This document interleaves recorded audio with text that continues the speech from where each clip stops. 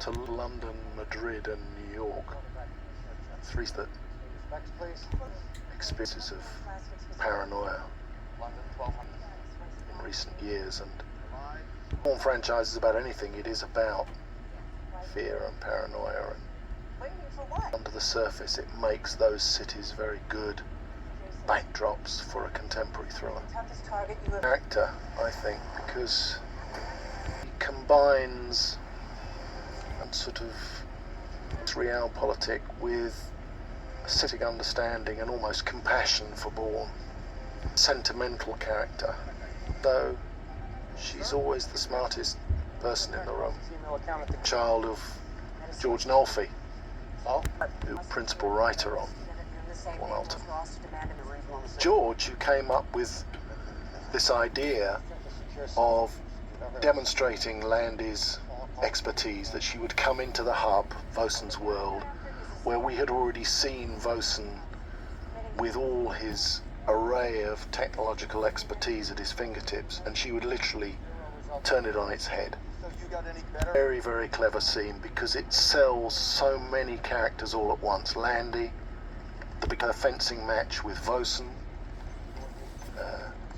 the hub operates and its technological abilities, and also the characters of the two principal lieutenants, Tom Cronin, who is Landy's number 2, very ably played by Tom Gallop, returning again from Bourne Supremacy, and also Wills, who is Vosen's number 2, very ably by Corey Johnson.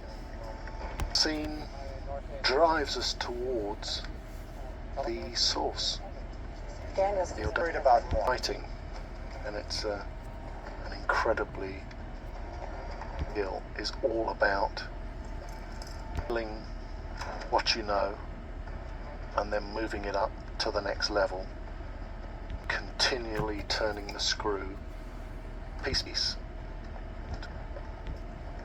Satisfying conclusion, and key in Bourne Ultimatum, all the Bourne films, to have wonderful, wonderful writers.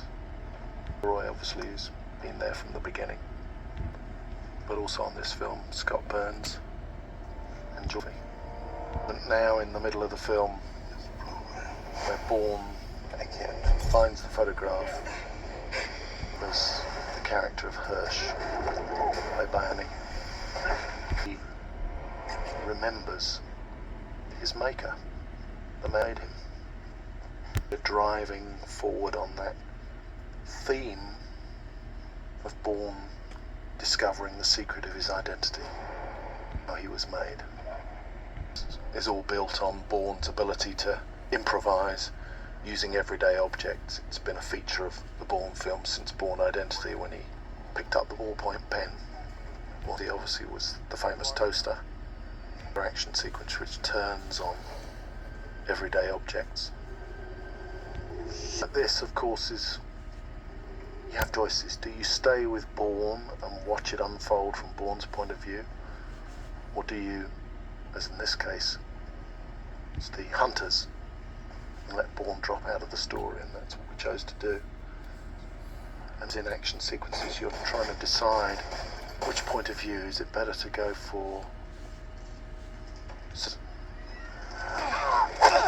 people who saw Bourne Supremacy? Obviously, we've been here before.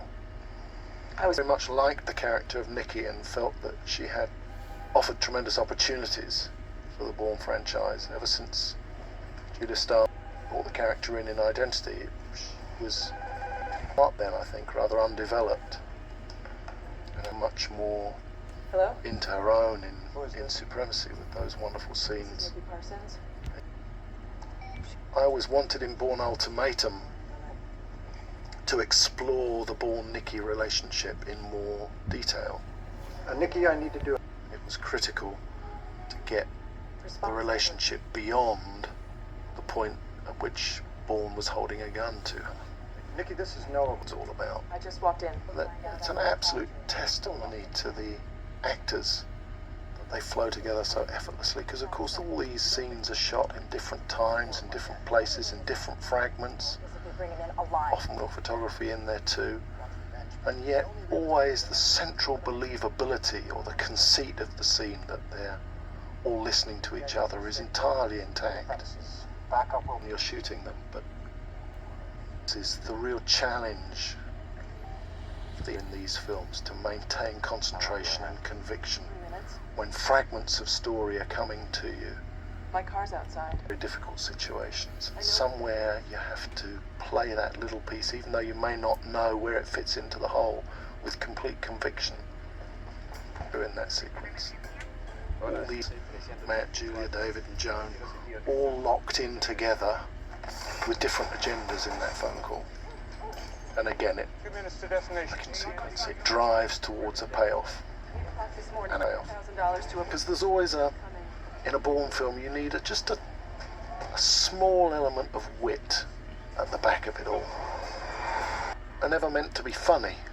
They're never broad. I think you want to smile when you see how Bourne outwits them and how simply he does it.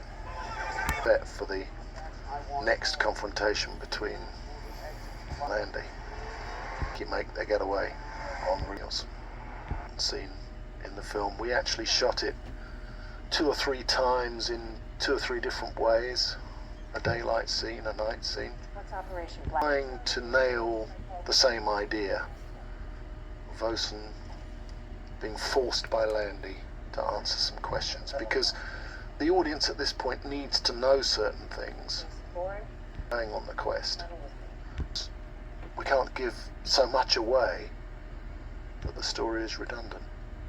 Find that with these kinds of thrillers, that very often they turn on a small number of scenes, and those scenes you may shoot 3 or 4 times because you're trying to get the exact right piece of the jigsaw. It's got to be exactly right to fit.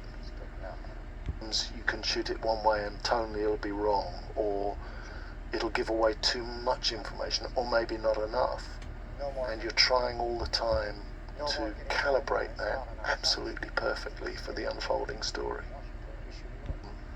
What you need to know is a glimpse of where Vosen's operation fits in the overall world of paranoia. What's the connection? It does is enable us to elevate Daniels, to give him some sense of identity, this deep throat. Who is he? What does he know? How does knowledge go? And of course, the more you can elevate that, the higher the stakes in the film. He's after Daniels. Vosen is desperate to get it on trail of the truth, but she's not yet got it. This is a very, very important scene for Bourne and for Nicky. 2 scenes back to back in the middle of the film, which define a lot of the character in the film, side of the story, and also on the Vosen and Landy side. That is. I think cleverly constructed. The original idea of Tom Stoppard, who was on the film, and how we could develop the Bourne-Nicky relationship.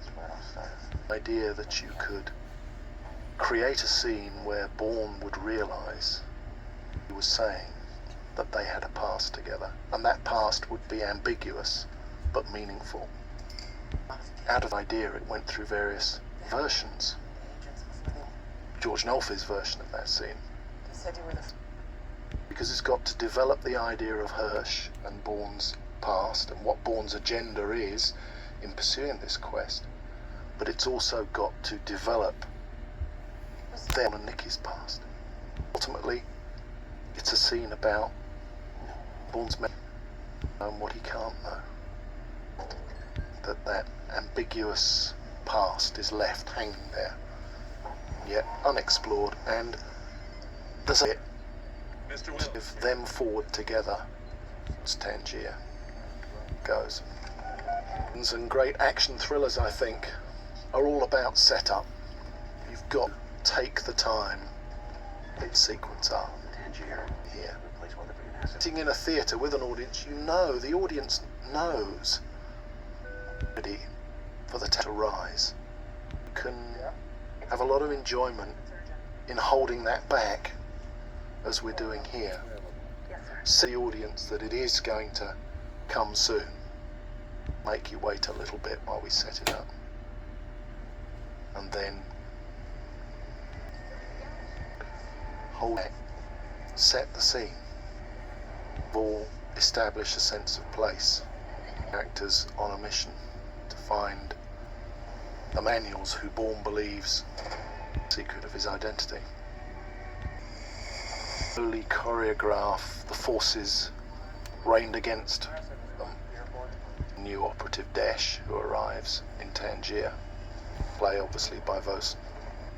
Elements that have got to come into play here, or you can let rip. From the back. Instinct coming into Bourne Ultimatum to try and make the action sequences much longer than they've been in Bourne Supremacy, much denser, richer and more complex. And I think it's at the heart, of why people enjoy the film, because it's high, but the right